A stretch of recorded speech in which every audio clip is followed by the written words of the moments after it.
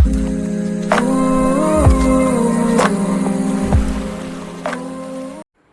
Hind friends, welcome to my channel engineer साहब। जैसा कि लास्ट जो था जॉब नंबर 3 वो विक्रम सारा में स्पेस सेंटर में ITI पास स्टूडेंट के लिए टेक्नीशियन का पोस्ट निकला हुआ था, जिसके बारे में हमने आपको डिस्कस किया।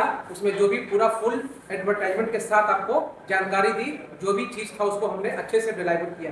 बहुत सारे लोगों का जो साइंस, स्पेशली जो साइंस ग्रेजुएट थे और जो जिन्होंने डिप्लोमा या पॉलिटेक्निक जो है कर रखा है, उनका भी क्वारी आ रहा था कि सर क्या हमारे लिए कोई वैकेंसी अभी अवेलेबल है।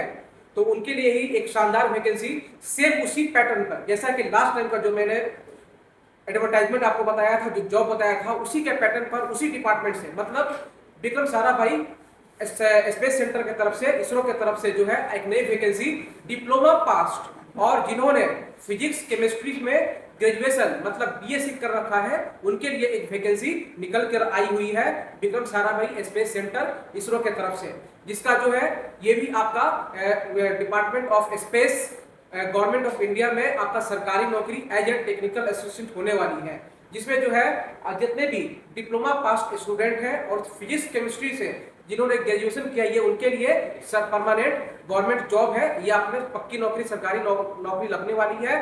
तो इसका जो एडवर्टाइजमेंट नंबर है VSSC 335 होने वाला है, डेटेड 31 मई 2025। ओके, और ये भी नौकरी जो है बहुत शानदार होने वाली है और जिसका हमें इसमें वीडियो में है, अब हम पूरा डिटेल में हम लोग चर्चा करेंगे।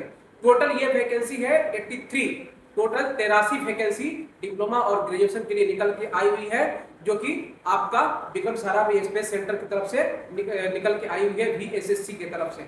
तो चलिए हम लोग जो है बिना देरी किए हम लोग इस वैकेंसी के बारे में डिटेल डिस्कस कर लेते हैं। इसका क्या क्या टर्म कंडीशन है, क्या एलिजिबिलिटी है, क्या डेट्स है, क्या सैलरी है, पूरी जानकारी, क्या सिलेबस है, क्या एग्जाम होगा, कैसे सिलेक्शन होगा, एप्लीकेशन फी क्या होने वाला है, सर इसका तैयारी हम कैसे करें, पूरी जानकारी आपको इस वीडियो में आसानी से एकदम आपको हम जो है अभी डिलीवर कर रहे हैं। ओके, तो इस वीडियो को आप आसानी से देखिए और अगर बात में कोई भी क्वारी होता है आप जो है उसे पूछ सकते हैं, चाहे वो व्हाट्सएप के माध्यम से या मेरे इस कमेंट बॉक्स में आप कमेंट के माध्यम से पूछ सकते हैं। तो चलिए हम लोग इसको कंटिन्यू करते हैं। फर्स्ट ऑफ ऑल हम ये जानेंगे कि इस वैकेंसी में टोटल कितना सीट है। देखिए ये वैकेंसी जो है डिप्लोमा पास स्टूडेंट के लिए है और कौन कौन से इसमें ब्रांच जो है शामिल है उसको ध्यान से सुन लीजिए। जिन्होंने diploma electronics, mechanical, civil, computer science, information technology, chemical, automobile, RAC से कर रखा है, वो इसके लिए एलिजिबल है, जिसका पोस्ट का नाम है टेक्निकल असिस्टेंट, जो कि डिप्लोमा पास वाले के लिए है। और जिन्होंने नॉर्मल ग्रेजुएशन कर रखा है, जनरल ग्रेजुएशन कर रखा है फिजिक्स और केमिस्ट्री में और लाइब्रेरी साइंस में, और जिन्होंने मास्टर डिग्री कर रखा है, तो वो लोग भी इस वैकेंसी टेक्निकल असिस्टेंट और साइंटिफिक असिस्टेंट के लिए एलिजिबल है। ओके, तो ये रहा आपका कौन कौन सा क्वालिफिकेशन के लोग एलिजिबल है। नेक्स्ट जो है ये टोटल 83 वैकेंसी निकल कर इसमें आई हुई है, जिसमें 76 जो वैकेंसी है टेक्निकल असिस्टेंट डिप्लोमा पास वालों के लिए है और बाकी वैकेंसी नॉर्मल ग्रेजुएशन जिन्होंने फिजिक्स केमिस्ट्री और लाइब्रेरी साइंस में कर रखा है उनके लिए इसमें सीट है। तो ये रहा आपका टोटल सीट और ब्रांच।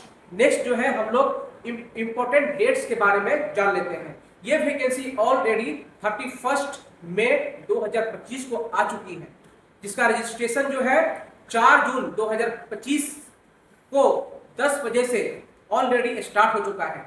मुझे जो है ये वीडियो बनाने में थोड़ी देरी हुई क्योंकि मैं कुछ अलग कामों में अभी लगा हुआ था, तो इसके लिए मैं जो है थोड़ा आपको लेट से अभी डिलीवर कर रहा हूँ वीडियो। ओके, तो इस ऑलरेडी ये 4 जून से स्टार्ट हो चुका है और इसका लास्ट डेट, इस पॉइंट को आप लोग नोट डाउन कर लीजिए, जो इस वैकेंसी को अप्लाई करने का जो लास्ट डेट है 18 जून 2025, 18 जून 2025 के शाम के 5 बजे तक है। ध्यान रखिए, शाम के 5 बजे तक आप लोग 18 जून से पहले इसके एप्लीकेशन जो है, इसका रजिस्ट्रेशन आप कर लीजिए और पेमेंट कर लीजिए। ओके, और एक और इंपॉर्टेंट मैं आपको बता दूं, शेयर कर दूं कि जो भी आपका क्वालिफिकेशन और एक्सपीरियंस वो कौन से डेट से काउंट होगा, आपका एज जो है किस डेट से काउंट किया जाएगा, तो वो है आपका 18 जून 2025, मतलब इस फॉर्म भरने का जो लास्ट डेट है वहां से आपका एजुकेशन जो है, आपका एक्सपीरियंस जो भी चीज है, आपका एज जो है काउंट किया जाएगा। तो ये रहा इंपॉर्टेंट डेट्स के बारे में जानकारी। ओके, नेक्स्ट जो है हम लोग देख लेते हैं कि सर इसका अप्लाई कैसे करेंगे, कहाँ इसका लिंक मिलेगा। तो मैं आपको यहाँ पर क्लियर कर दे रहा हूँ कि इसका जो भी डिटेल एडवर्टाइजमेंट है, इंपॉर्टेंट डेट है, इंपॉर्टेंट इंफॉर्मेशन है, अप्लाई करने का लिंक आप मेरे इस वीडियो के डिस्क्रिप्शन में आसानी से प्राप्त आपको हो जाएगा। आप वहां से लेकर आसानी से अप्लाई कर सकते हैं। और इवन की जो प्रीवियस ईयर क्वेश्चन का लिंक, आप प्रीवियस ईयर में जो 2 से 3 साल का जो क्वेश्चन जो विक्रम साराभाई स्पेस सेंटर इसरो की तरफ से जो एग्जाम लिया गया था 2024 में, और इसके पहले जितने भी ईयर का क्वेश्चन है उसका लिंक आपको डायरेक्ट मेरे डिस्क्रिप्शन में मिलेगा। और जो है आप वहां से उस लिंक के माध्यम से प्रीवियस ईयर क्वेश्चन का तैयारी करके आप झक्कास शानदार तैयारी करके इस एग्जाम को क्रैक कर सकते हैं। आपको काफी वहां से हेल्प देखने को मिलेगा। तो आप इस तरह से जो है आपको लिंक और जितना भी डिटेल है, एडवर्टाइजमेंट है, मेरा डिस्क्रिप्शन में आपको मिल जाएगा। तो ये रहा हाउ टू अप्लाई, हम लोग कैसे अप्लाई करेंगे सर। नेक्स्ट जो है एलिजिबिलिटी में हम लोग डिस्कस कर लेते हैं। तो एलिजिबिलिटी के अंदर में जो है हम लोग ने पहले ऑलरेडी मैं आपको बता चुका हूं कि कौन कौन से ब्रांच, कौन कौन से स्ट्रीम एलिजिबल है। ओके, अब नेक्स्ट जो है एलिजिबिलिटी के अंदर आएगा आपका सर इसमें एज कितना है, आप कितने वर्ष तक जो है इसको अप्लाई कर सकते हैं। तो इस वैकेंसी में आपका मिनिमम जो है एप्लीकेशन करने का एज 18 वर्ष 18 ईयर और मैक्सिमम 35 ईयर्स 35 वर्ष रखा गया है। मतलब 18 से 35 वर्ष के कैंडिडेट इस वैकेंसी को आसानी से अप्लाई कर सकते हैं। कोई दिक्कत, कोई परेशानी वाली बात नहीं है। इसमें जो है एज पर गवर्नमेंट के गाइडलाइंस के अकॉर्डिंग, सेंट्रल गवर्नमेंट का जो स्टैंडर्ड रूल है उसके अकॉर्डिंग एज में रिलैक्सेशन भी रखा गया है। ओबीसी वालों के लिए 3 साल की छूट दी गई है और एससी एसटी वालों को 5 साल की छूट दी गई है। ओके, तो इस तरह से अब जो है ओबीसी वाले 38 ईयर तक इस वैकेंसी को अप्लाई कर सकते हैं। और जो भी एससी एसटी के कैंडिडेट हैं जो इस क्राइटेरिया को फुलफिल कर रहे हैं वो 35 + 5 मतलब 40 ईयर्स तक इस वैकेंसी को अप्लाई कर सकते हैं। कोई दिक्कत, कोई परेशानी वाली बात नहीं है। चलिए, ये रहा आपका एज क्राइटेरिया। ओके, नेक्स्ट हम लोग डिस्कस कर लेते हैं कि सर इसमें सिलेक्शन का क्या प्रोसीजर है, सिलेक्शन मेथोडोलॉजी क्या है, सिलेक्शन कैसे होगा। तो आपका ये जो है सिलेक्शन इसमें होने का एग्जाम रखा गया है, ऑनलाइन एग्जाम जो है आपका सिलेक्शन इस टेक्निकल असिस्टेंट और साइंटिफिक असिस्टेंट के पोस्ट पर 2 माध्यम से होगा, 2 चरणों में होगा एग्जाम के बेसिस पे। जो पहला एग्जाम होगा आपका वो होगा आपका रिटन टेस्ट, जो कि 80 नंबर का होने वाला है। याद रखिए 80 मार्क्स का एग्जाम होगा। टोटल 80 क्वेश्चन होगा। प्रत्येक क्वेश्चन, एवरी क्वेश्चन 1 नंबर का होगा। अगर आप उस क्वेश्चन को सही करते हैं तो आपको 1 नंबर मिलेगा। और अगर आप गलत करते हैं तो आपको 0.33 नंबर जो है रिड्यूस हो जाएगा, घट जाएगा। मतलब इस एग्जाम में नेगेटिव मार्किंग है। ओके, तो टोटल जो है 80 क्वेश्चन सोल्व करने के लिए आपको 90 मिनट मतलब 1.5 घंटे आपको मिलेगा। उस ड्यूरेशन में 90 मिनट में आपको 80 क्वेश्चन अटेम्प्ट लेने हैं, सोल्व करने हैं। ओके, तो ये रहा आपका एग्जाम का पहला चरण, रिटन एग्जाम। और एक बात आप यहाँ पर नोट कर लीजिए, रिटन एग्जाम जो है इसमें भी मिनिमम क्वालिफिकेशन मार्क रखा गया है। आपको मिनिमम उतना लाना ही है एग्जाम में, तभी जो है आप सेकेंड स्टेप के लिए एलिजिबल होंगे। तो जो भी जर्नल और ईडब्ल्यूएस के कैंडिडेट है उनके लिए मिनिमम 32 मार्क्स आउट ऑफ 80 रखा गया है मिनिमम क्वालिफाइंग रिटन एग्जाम में। और जो अदर कैटेगरी के स्टूडेंट हैं उनके लिए ये मार्क्स 24 आउट ऑफ 80 मतलब 80 नंबर में आपको 24 नंबर लाना होगा रिटन क्वालिफाई करने के लिए। तो ये रहा पहला चरण।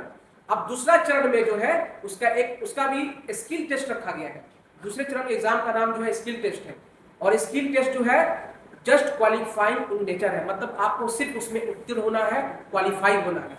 मतलब उसका जो है नंबर आपका मेरिट डिसाइड कर, मेरिट बनाने में आपका फाइनल रिजल्ट में वो नहीं है, कोई उसका रोल नहीं है, कोई योगदान नहीं होगा। आपको उस एग्जाम को जस्ट क्वालिफाई करना है। और एक और बात, स्किल टेस्ट के लिए वही क्वालिफाई होंगे, मतलब दूसरे चरण में वही लोग आएंगे जो रिटन टेस्ट में क्वालिफाई होंगे, पहला बात। और 1:5 के रेशियो में, मतलब एक वैकेंसी के लिए 5 कैंडिडेट को, 5 स्टूडेंट को जो है स्किल टेस्ट मतलब सेकेंड स्टेज के लिए बुलाया जाएगा। एक वैकेंसी के लिए 5 लोगों को स्किल टेस्ट में बुलाया जाएगा, उनका स्किल टेस्ट लिया जाएगा। और स्किल टेस्ट में भी जो है मिनिमम क्वालिफिकेशन रखा गया है, जो कि आपको मिनिमम कम से कम उतना नंबर लाना है स्किल को टेस्ट को क्वालिफाई करने के लिए। और है ये कितना, तो जनरल और ईडब्ल्यूएस के लिए 50 नंबर रखा गया है 100 में। मतलब स्किल टेस्ट आपका जो है टोटल 100 नंबर का होगा, जिसमें 50 नंबर जनरल और ईडब्ल्यूएस कैंडिडेट को लाना होगा क्वालिफाई करने के लिए। और बाकी जितने भी अदर ट्रेड है, अदर कैटेगरी के लोग हैं, उनको जो है उनके लिए 40 नंबर रखा गया है। मतलब 100 में आपको 40 नंबर लाना अनिवार्य है स्किल टेस्ट क्वालिफाई करने के लिए। एक बात यहाँ पर नोट कर लीजिए, आपका जो फाइनल मेरिट, फाइनल जो रिजल्ट बनेगा वो रिटन एग्जाम के नंबर के बेसिस पे बनेगा। और ऐसा नहीं है कि जो मिनिमम क्वालिफाई कर दिया, 32 नंबर ला दिया, 24 नंबर ला दिया, उसका फाइनल रिजल्ट हो जाएगा। नहीं, टॉप से ऊपर से देखा जाएगा, मतलब ऊपर में हाई स्कोर कितना जा रहा है उसके बेसिस पे जो है फाइनल रिजल्ट आपका बनेगा। फाइनल जो है सिलेक्शन आपका दिखा जाएगा, उसके बेसिस पे आपका परमानेंट सरकारी नौकरी लगने वाला है।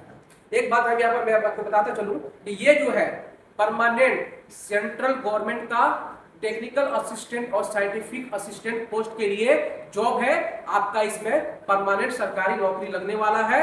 ओके, ये बहुत ही रॉयल जॉब है, सेंट्रल गवर्नमेंट का जॉब होने वाला है, ministry of department of space के अंडर नौकरी लगने वाला है आपका। और जो है मैक्सिमम जो पोस्टिंग होने वाला है तिरुवनंतपुरम, जो कि VSSC Vikram Sarabhai space centre का हेडक्वार्टर है आपका, मैक्सिमम जो ज्वाइनिंग वही होने वाला है। बाकी और भी कुछ लोकेशन पे होगा जो कि हम लोग आगे डिटेल एडवर्टाइजमेंट में हम लोग देखने वाले हैं। तो ये रहा आपका सिलेक्शन प्रोसीजर। हम इसी में एक और छोटा सा पॉइंट पे हम लोग डिस्कस कर लेते हैं, मैं आपको उसको जानकारी देना चाहूंगा कि सर इसमें बहुत सारे सिलेबस क्या होने वाला है, सिलेबस क्या होगा, क्या पूछा जाएगा। तो पैटर्न तो मैंने ऑलरेडी बता दिया कि रिटन टेस्ट आपका 80 नंबर का होगा, 80 क्वेश्चन होगा। तो इसमें जो सिलेबस है आपका, जो कोर ट्रेड है, जो डिपार्टमेंट है, जो स्ट्रीम है, उससे क्वेश्चन आने वाले हैं। जो बच्चा, जो स्टूडेंट इलेक्ट्रॉनिक्स से है तो उनके इलेक्ट्रॉनिक्स से क्वेश्चन आने वाले हैं, जो सिविल के हैं उनके सिविल के आएंगे। तो इस तरह से जो जिस ट्रेड के हैं, जिस डिपार्टमेंट के हैं, जिस स्ट्रीम के हैं, उनके उसी कोर स्ट्रीम से क्वेश्चन आने वाले हैं। हाँ, 80 क्वेश्चन में 75 से 78 क्वेश्चन आपके कोर से रहेंगे। 3 से 4 क्वेश्चन आपको मैथ से क्वेश्चन देखने को मिल सकते हैं, जो कि मीन मेडियन मोड के हो सकते हैं, टाइम एंड वर्क के क्वेश्चन 2 से 3 क्वेश्चन हो सकते हैं। तो मैं जहां तक आपको सजेस्ट करूंगा, आप अपना फुली फोकस, अगर इस एग्जाम को क्रैक करना है, अपना मेरिट में रैंक बनाना है, परमानेंट सरकारी नौकरी लेना है, तो आपका जो कोर डोमेन है आप उसके लिए अच्छे से तैयारी कर लीजिए। अपना जो भी प्रीवियस क्वेश्चन है उसको जो है कवर कर लीजिए। मैं आपको यहाँ पर श्योर करना चाहता हूँ कि अगर आप इस एग्जाम का 3 से 4 साल का जो प्रीवियस क्वेश्चन है, इसका लिंक मेरे डिस्क्रिप्शन में है, अगर आप 3 से 4 साल का क्वेश्चन लगा लेते हैं और आपका जो है अपना जो आपके कॉलेज में या जो आपने एग्जाम से पहले जो तैयारी किया था उसको एक बार रिवीजन कर लेते हैं थ्योरी को, और प्रैक्टिस सेट लगा लेते हैं, तो इस एग्जाम को क्रैक करने से आपको कोई नहीं रोक सकता, परमानेंट सरकारी नौकरी लगने से आपको कोई नहीं रोक सकता। तो ये रहा आपका एग्जाम के बारे में, एग्जाम पैटर्न, सिलेक्शन मेथोडोलॉजी और सिलेबस के बारे में डिस्कशन। नेक्स्ट जो है हम लोग एप्लीकेशन फी के बारे में डिस्कस कर लेते हैं कि सर एप्लीकेशन फी कितना लगने वाला है इस फॉर्म को अप्लाई करने में। तो एप्लीकेशन फी जो है सारे कैटेगरी वाले स्टूडेंट से, जितने general, EWS, female, SC, ST, PWD, सारे लोगों का जो एप्लीकेशन फी है कॉमन है 750, 750 रुपीज। बस यहाँ पर डिफरेंस क्या है कि यहाँ पर ये जो अमाउंट है आपका रिफंडेबल है, लेकिन यहाँ पर टर्म कंडीशन है कि जनरल और ईडब्ल्यूएस और ओबीसी का फुल रिफंड नहीं आएगा, उनका 500 आउट ऑफ 75 रिफंड हो जाएगा। और जो एससी, एसटी और फीमेल और ईडब्ल्यूएस के कैंडिडेट हैं उनका पूरा पैसा 750 रुपया रिफंड हो जाएगा। एक कंडीशन है यहाँ पर कि आपको एग्जाम में शामिल होना होगा, मतलब जो लोग एग्जाम में शामिल होंगे उन्हीं का पैसा रिफंड होगा according to term and condition of जो यहाँ पर दिया हुआ है। मतलब जनरल, ओबीसी और ईडब्ल्यूएस का 500 रुपये 750 में से वापस हो जाएगा जब वो एग्जाम में बैठ जाएगा, और बाकी जो फीमेल, एससी, एसटी और पीडब्ल्यूडी के कैंडिडेट है उनका पूरा पैसा 750 रुपया वापस आ जाएगा। तो ये रहा आपका एप्लीकेशन फी अप्लाई करने का, कितना जो चार्ज है ये आपका 750 रुपया रखा गया है। नेक्स्ट जो है हम लोग कुछ जो है इंपॉर्टेंट जो है बात कर लेते हैं एग्जाम सेंटर के बारे में। तो एग्जाम सेंटर जो है इसरो के तरफ से बीएसएससी के तरफ से ऑलमोस्ट जितने भी इंडिया में स्टेट्स है उनके कैपिटल में रखा गया है, और कुछ कुछ स्टेट में 2 सेंटर बनाए गए हैं, 3 सेंटर बनाए गए हैं, जो भी उस स्टेट का इंपॉर्टेंट सिटी है। तो आपको इसमें कोई चिंता कोई परेशानी करने की बात नहीं है। आपको लगभग हर एक कैपिटल में, स्टेट के कैपिटल में आपको एग्जाम सेंटर आप चूज कर सकते हैं, कोई दिक्कत कोई परेशानी वाली बात नहीं है। तो इस तरह से जो रहा आपको जो है पूरा जो है मैंने डिटेल जो है आपको डिस्क्राइब किया।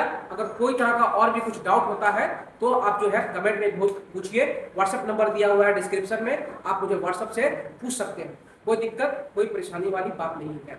ओके, कुछ मैं अपने तरफ से जो है आपको पर्सनल जो है कुछ इसमें इंफॉर्मेशन देना चाहूँगा।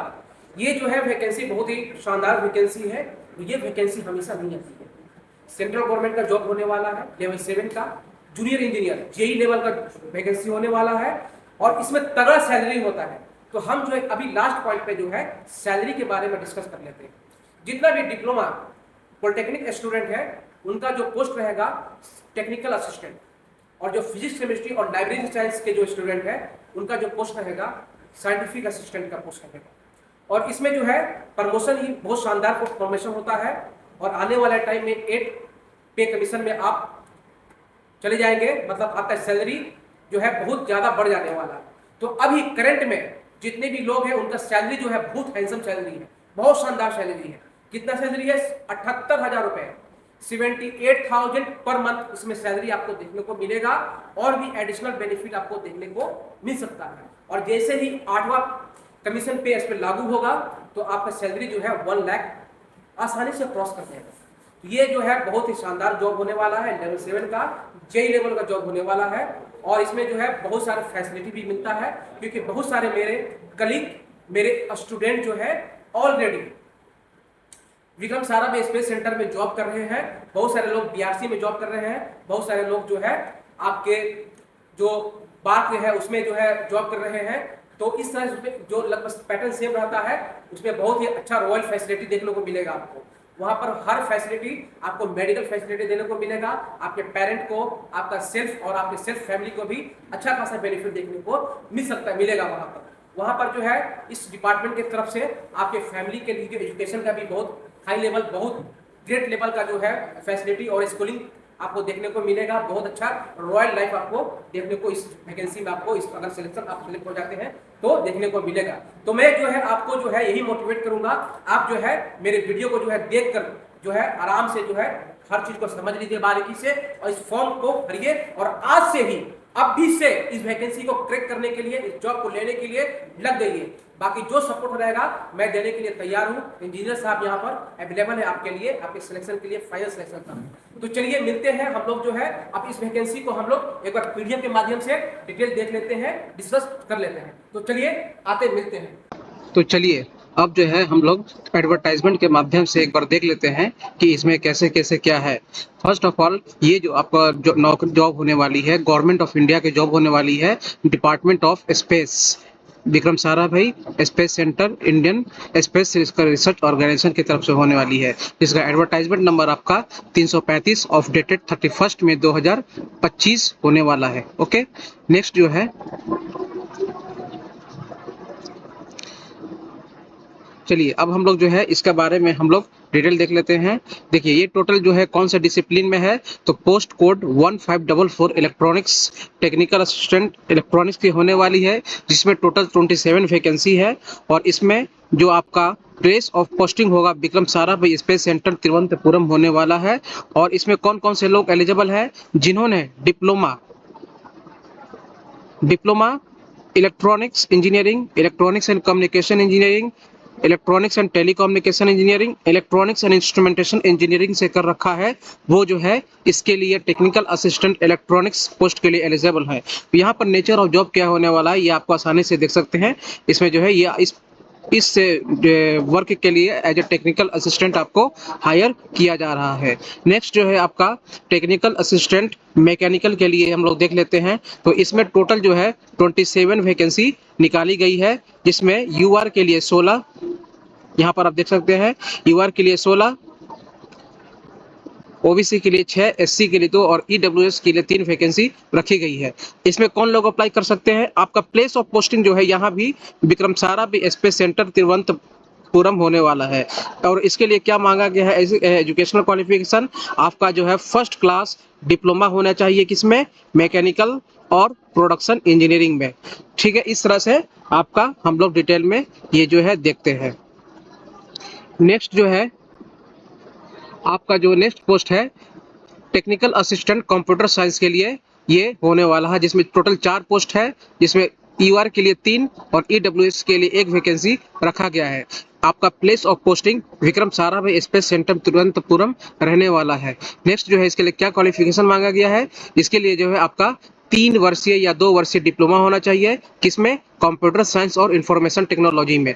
और ये है नेचर ऑफ जॉब, इसे आप जो आसानी से देख सकते हैं। ओके, नेक्स्ट जो है आपका जो है वैकेंसी है आपका टेक्निकल असिस्टेंट केमिकल के लिए। इसमें टोटल 6 पोस्ट निकाली गई है, जिसमें अनरिजर्व के लिए 1, ओबीसी के लिए 2 और एससी के लिए 2 एवं ईडब्ल्यूएस के लिए 1 वैकेंसी रखी गई है। और इसमें जो है आपका फर्स्ट क्लास डिप्लोमा मांगा गया है केमिकल इंजीनियरिंग में। और इसका प्लेस ऑफ पोस्टिंग आपका विक्रम साराभाई स्पेस सेंटर रहने वाला है। नेक्स्ट जो है आपका टेक्निकल असिस्टेंट ऑटोमोबाइल का वैकेंसी है। इसमें केवल 1 वैकेंसी है और वो भी यूआर के लिए निकाली गई है, जिसका place of posting Vikram Sarabhai space centre रहने वाला है। और इसमें फर्स्ट क्लास डिप्लोमा इन ऑटोमोबाइल इंजीनियरिंग मांगा गया है। अगला वैकेंसी आपका टेक्निकल असिस्टेंट सिविल के लिए निकाला गया है, जिसमें टोटल 1 वैकेंसी है, अनरिजर्व है यूआर के लिए, और 1 वैकेंसी अनरिजर्व है। लेकिन यहाँ पर प्लेस ऑफ पोस्टिंग का डिफरेंस ओनली है। एक यहाँ पर 2 वैकेंसी जो है सिविल में, एक का पोस्टिंग होगा विक्रम साराभाई स्पेस सेंटर और एक का होगा ADRIN पे होगा आपका प्लेस ऑफ पोस्टिंग। इसमें आपका जो है क्वालिफिकेशन एजुकेशनल जो है first class diploma in civil engineering, civil में आपका डिप्लोमा मांगा गया है। एक है नेक्स्ट वैकेंसी है technical assistant refrigeration and air conditioning. इसके लिए टोटल 1 वैकेंसी है और वो ओबीसी के लिए रिजर्व है, जिसका place of posting Vikram Sarabhai space centre रहने वाला है। और इसमें जो है फर्स्ट क्लास डिप्लोमा इन RAC मांगा गया है। ओके, नेक्स्ट हम लोग देख लेते हैं अगला वैकेंसी जो है साइंस ग्रेजुएट के लिए, जैसा कि मैंने बताया। और इसका पोस्ट रहेगा साइंटिफिक असिस्टेंट। और इसमें जो है फिजिक्स, जिन्होंने ग्रेजुएशन BSc फिजिक्स में कर रखा है, उनके लिए टोटल 3 वैकेंसी, 3 इधर है और 1 इधर, 4 वैकेंसी निकाली गई है। इसमें यूआर के लिए 3, एससी के लिए 1 वैकेंसी रखा गया है। और प्लेस ऑफ पोस्टिंग जो है विक्रम साराभाई स्पेस सेंटर और ADRIN में रखा गया है। इसमें आपसे जो है क्वालिफिकेशन के फॉर्म में फर्स्ट क्लास बैचलर डिग्री मांगा गया है फिजिक्स में।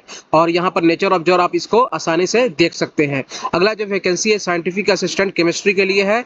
इसमें टोटल 1 वैकेंसी है और इसका प्लेस ऑफ पोस्टिंग आपका विक्रम साराभाई स्पेस सेंटर रहने वाला है। और इसमें जो है बैचलर डिग्री मांगा गया है केमिस्ट्री में। ओके, और ये है नेचर ऑफ जॉब, इसे आप आसानी से देख सकते हैं। और सबसे लास्ट वैकेंसी है लाइब्रेरी असिस्टेंट। इसके लिए जो है टोटल 2 वैकेंसी है, एक जो है ओबीसी के लिए रखा गया है और एक जो है अनरिजर्व है। और प्लेस ऑफ पोस्टिंग आप देख सकते हैं VSSC है और NESAC है। इसके लिए आपको जो है graduation plus master degree library science, देखिए यहाँ पर ध्यान देने योग्य बात है, आपका ग्रेजुएशन होना चाहिए किसी भी स्ट्रीम में और उसके साथ ही आपका फर्स्ट क्लास मास्टर डिग्री होना चाहिए लाइब्रेरी साइंस और लाइब्रेरी एंड इंफॉर्मेशन साइंस में। आपका ये आप इसका अपना नेचर ऑफ जॉब देख सकते हैं यहाँ पर आसानी से, कोई दिक्कत कोई परेशानी वाली बात नहीं है। अब देखिए इसमें जो है हम लोग इंपॉर्टेंट बात देख लेते हैं, यहाँ पर कुछ नहीं, आप पढ़ लेंगे इसको जो भी है। नेक्स्ट देखिए यहाँ पर सबसे इंपॉर्टेंट कैसे अप्लाई करना है, मैंने ऑलरेडी बता दिया हूँ, ये साइट है आपका अप्लाई करने का www.vssc.government.in। तो आप जो है आपको अप्लाई करने का लिंक, जो भी इंपॉर्टेंट लिंक है including this advertisement and important और डिटेल्स और जितना भी प्रीवियस ईयर क्वेश्चन का लिंक है और जो भी प्रीवियस ईयर क्वेश्चंस है, आपको जो है मेरे डिस्क्रिप्शन में उसका लिंक आसानी से मिल जाएगा। आप वहां से जाकर वो सारे ये चीज प्राप्त कर सकते हैं और साथ ही वहां से अप्लाई करने का ये जो है लिंक आपको डायरेक्ट मिल जाएगा। आप वहां से डायरेक्ट अप्लाई कर सकते हैं, कोई दिक्कत कोई परेशानी वाली बात नहीं है। जैसा कि मैं ऑलरेडी बता चुका हूं इस वीडियो के पहले पार्ट में कि आपका जो है जो भी लॉक डेट होगा एजुकेशनल या एज का जो कैलकुलेशन होगा 18 जून 2025 जो कि इस फॉर्म का लास्ट डेट है, इसके अकॉर्डिंग होगा।